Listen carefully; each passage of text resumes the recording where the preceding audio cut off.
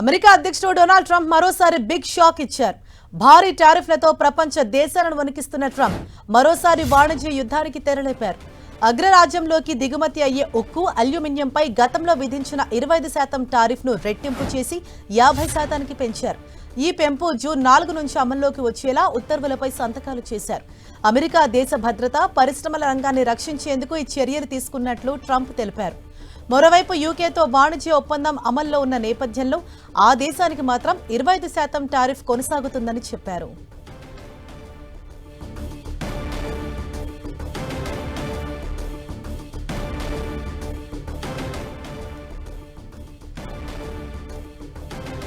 America అధ్యక్షుడు Donald Trump మరోసారి big shock ఇచ్చారు. భారీ టారిఫ్లతో ప్రపంచ దేశాలను వణికిస్తున్న ట్రంప్ మరోసారి వాణిజ్య యుద్ధానికి తెరలేపారు.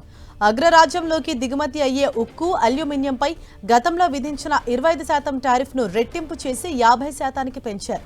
ఈ పెంపు జూన్ 4 నుంచి అమల్లోకి వచ్చేలా ఉత్తర్వులపై సంతకాలు చేశారు.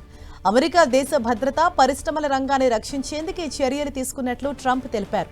మరోవైపు యూకేతో వాణిజ్య ఒప్పందం అమల్లో ఉన్న నేపథ్యంలో ఆ దేశానికి మాత్రం 25% టారిఫ్ కొనసాగుతుందని చెప్పారు.